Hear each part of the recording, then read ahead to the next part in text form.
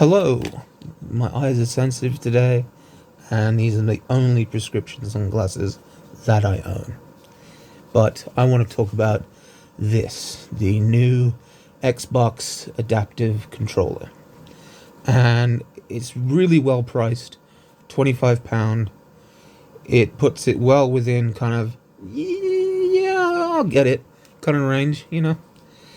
And that was what it was like for me. I was like, yeah, I'll get it, just to see if it works out for me, and return it if it doesn't. So, right now, I'll give you a bit of context. I use this thing, the Elite 2, because I, with my disability, my hands, and other disabilities, but primary focus here is my hands, I can't reach the triggers and use the controller normally. So I map these to the triggers, and I have full functionality of the controller. And you'll see as well that my angle of my thumb when I'm having to use the pad is still quite extreme and does tire out my thumb quite a lot. So it's not ideal, but it works, right? FPS games are a genre that I used to play all the time, and I haven't really played any because it's just too awkward. So it's really unfortunate, which is why I was hoping something like this would allow me to do that. So there is one glaring problem though when you first look at this thing, besides the fact it looks like a Wii nunchuck. Can you spot what the problem is? Compare and contrast. The buttons and the analog are in a vertical line. This doesn't seem like a big deal initially. However, when your hand, because of the way this thing is ergonomically designed, your hand will always slip up into the ergonomic position. So you're holding it fully in your hand, which granted feels really nice. And I can use my index finger to hit the triggers. I can use the thumbstick. That's great, right? What's not great is how do I then use these buttons? Because the plan for me was to replace the right side of my controller with this. So how am I supposed to use the buttons while my hand is in this position? I can't. This is too inaccurate, and I'm going to be pressing all kinds of buttons. I just can't do it. I should also mention, I forgot to mention, it's wired, which isn't a problem, really. But yeah, I have to change my whole grip in order to use these buttons. Then change my grip back, change my grip again, change my grip back, and that's even more work than just using the Elite 2. So I have played the Meta Quest 2 VR headset, and the controllers are very similar, but they have a distinct advantage that means I can use them in their full capacity. Offset buttons to the side. So instead of being at this vertical line, which I don't know, it just doesn't work. It's offset so that you can go from this to over here with your thumb, right? Because that's natural. Or even like this, because that's natural too, because it's bringing your thumb in.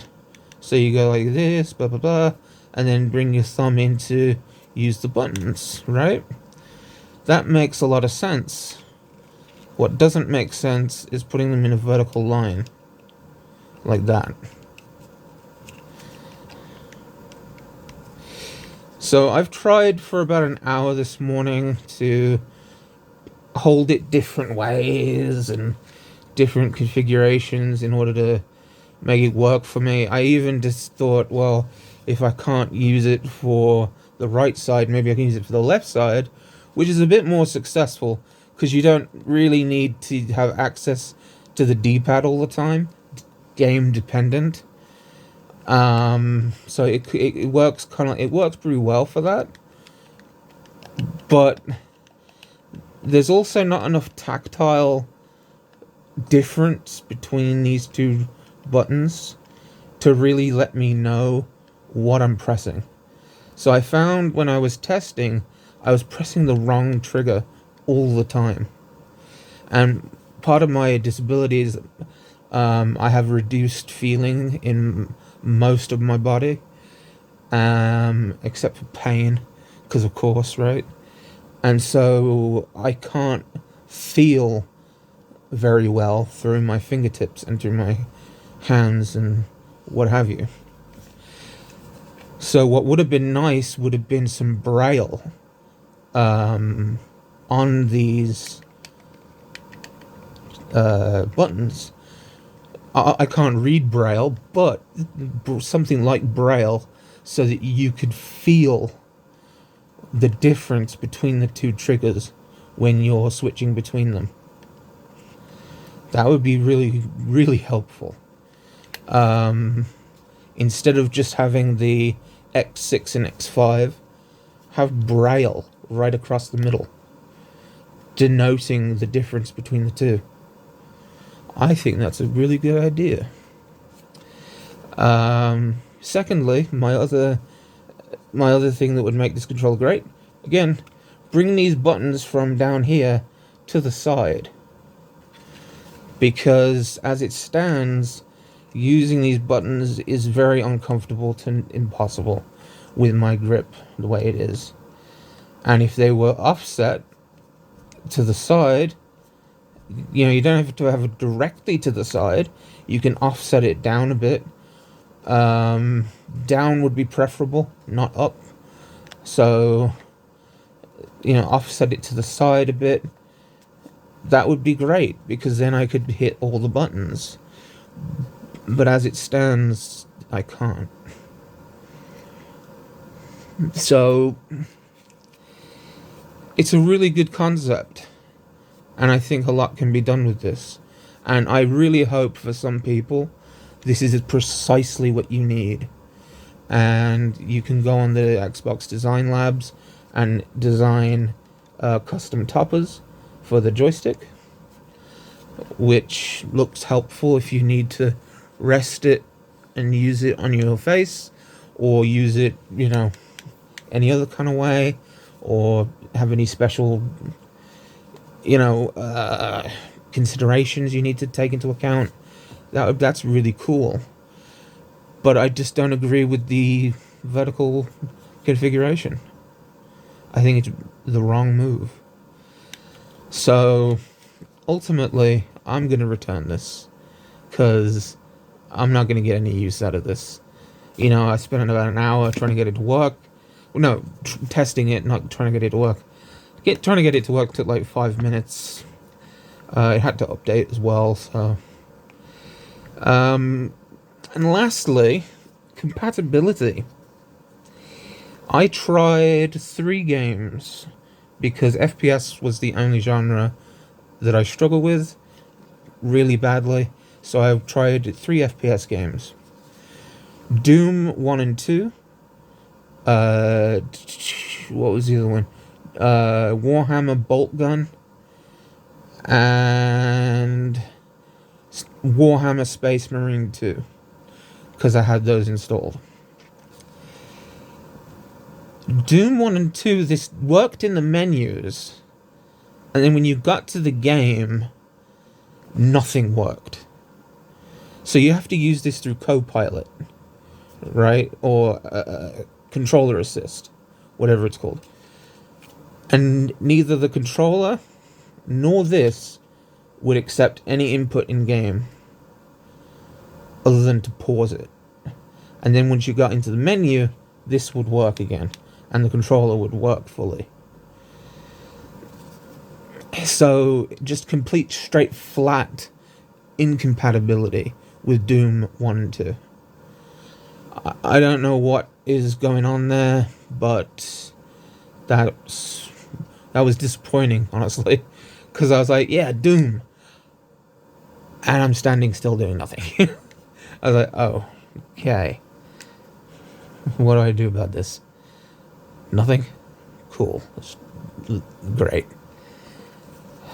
So, I've tried this as the left side of the controller and the right side.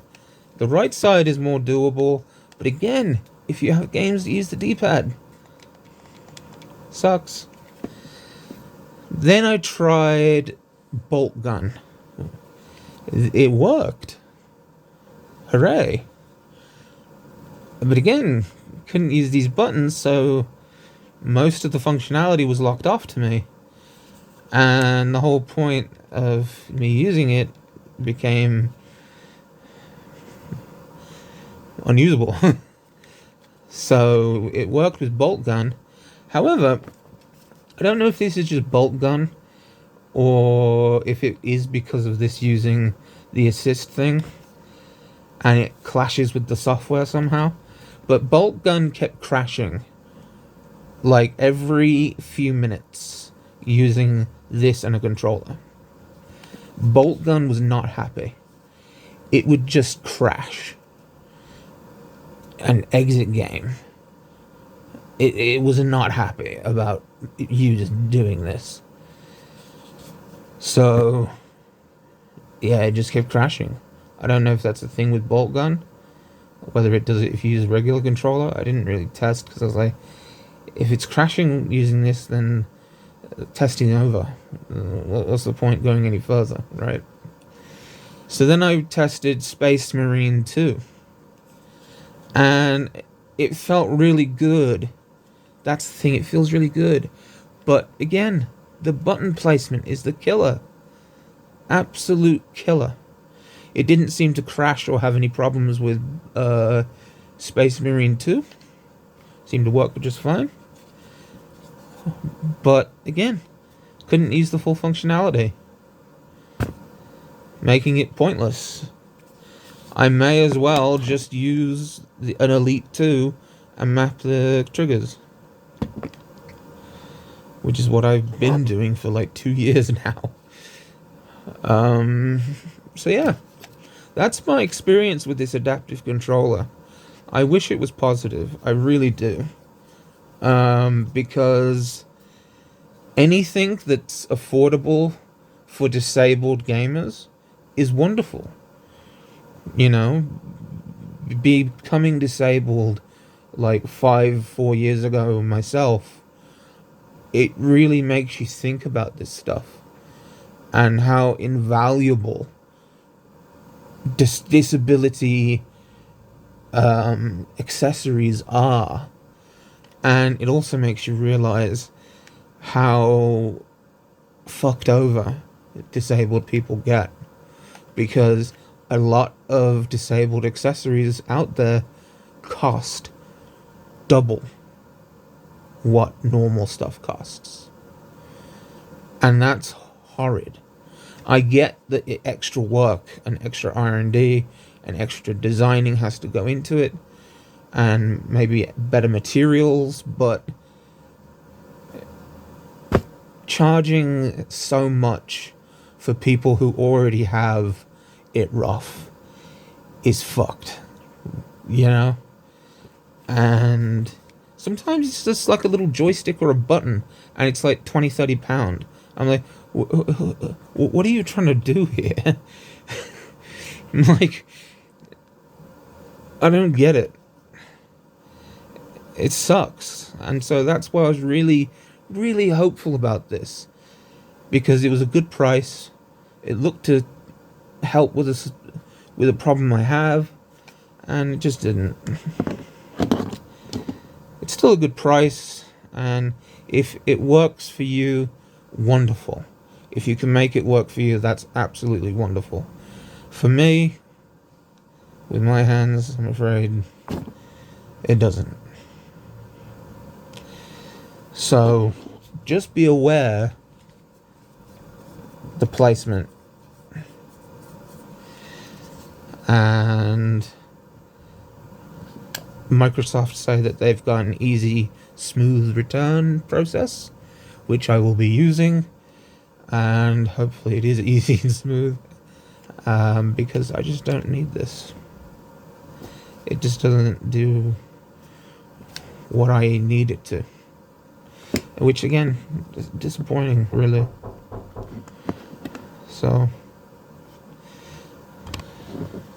So yeah, that about does it.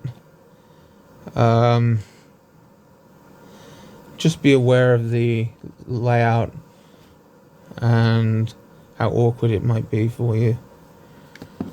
So it's unfortunate, but yeah, that's my experience with the adaptive controller.